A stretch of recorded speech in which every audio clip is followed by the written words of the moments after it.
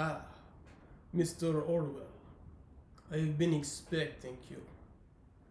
Okay, guys, let's cut the crap and let's get to what we're really here for. This guy, me. The purpose of my presentation segment is to show you some of the places I have been on cycling holidays, give you some ideas, trips you can take after this COVID stuff is all over, and the main focus will be me showing you photos from the top of the climbs on these locations. It's here in Boulder in Colorado, also in the USA. I rode up Left Hand Canyon Drive here all the way up to the mountain town of Ward. It's at 2,800 meters, and then I rode down the highway to Nederland and then back down Boulder Canyon Drive here. Boulder Canyon Drive is absolutely amazing descending because you only need to brake for one corner. The rest of it is just coasting the whole way down. Once you get up here toward, people start getting strange. A lot of strange people up there, to the point where one of the photos here is Santa having a barbecue, and a lot of the cars up here are like very, very rusted. And then this photo is looking west. So over that mountain ridge there is Aspen, which was made famous in Dumb and Dumber, and further west you've got like out California way. Is here in Gran Canaria, and I generally stay here in Mas Palomas. I've been to Gran Canaria 3 times, and this is one of the best routes. You start off in Mas Palomas, go out along the coast, then you start to climb up here to Morgan and over the Toro Pass and along this road all the way up to Ayacata, and we get to the highest point on the island, Pico de las Nieves, which is the peak of the snow. A very, very long day out, as you can see. It's 6-7 hours. That includes time stopping for Bocadillos. And then if you look, sometimes when you go up to the Pico de las Nieves, which is here, you can see it because of this that lump of a mushroom-shaped rock. Sometimes you get sandstorms from the Sahara, and you can't see when it's not sandstorm, and you get to see Mount Tidy, which is on the next island of Tenerife, and obviously that's the mushroom-shaped rock.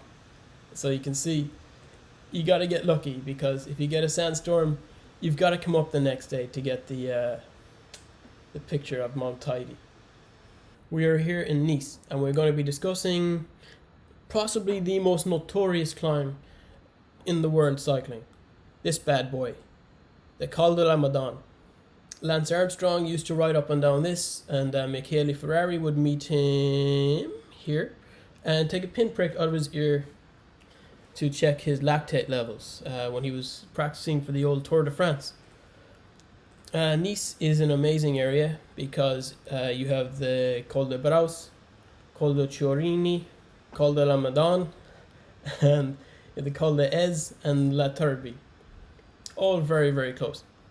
You can also go on a day trip to Cannes, which is west, and you can go on a long day trip all the way over to San Remo of Milano-San Remo fame, and you can ride up the Poggio di San Remo, which of course I did.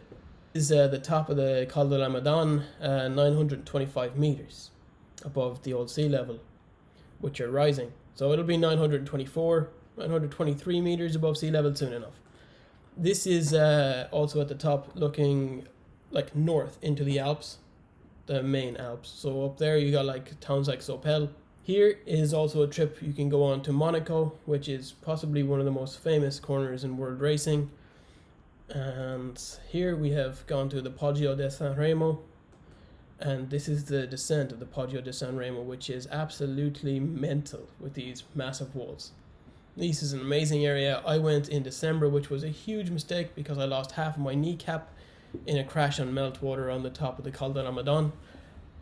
I won't show you that photo, but the taxi driver told me to go in like September or October and maybe April.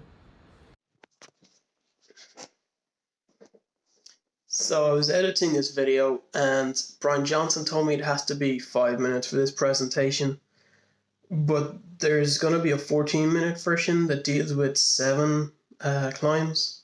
This one dealt with 3. So we're gonna post that one on the forum, and you can watch it there.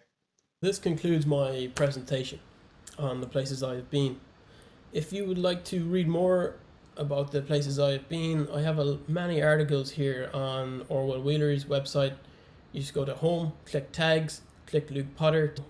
When I go on these trips, my dog, Sammy, she doesn't want me to go. So she hides in her kennel because she thinks, oh, he has to rub me before he can go, and if I hide in my kennel, he can't rub me. This is dog logic. This is very, very smart dog.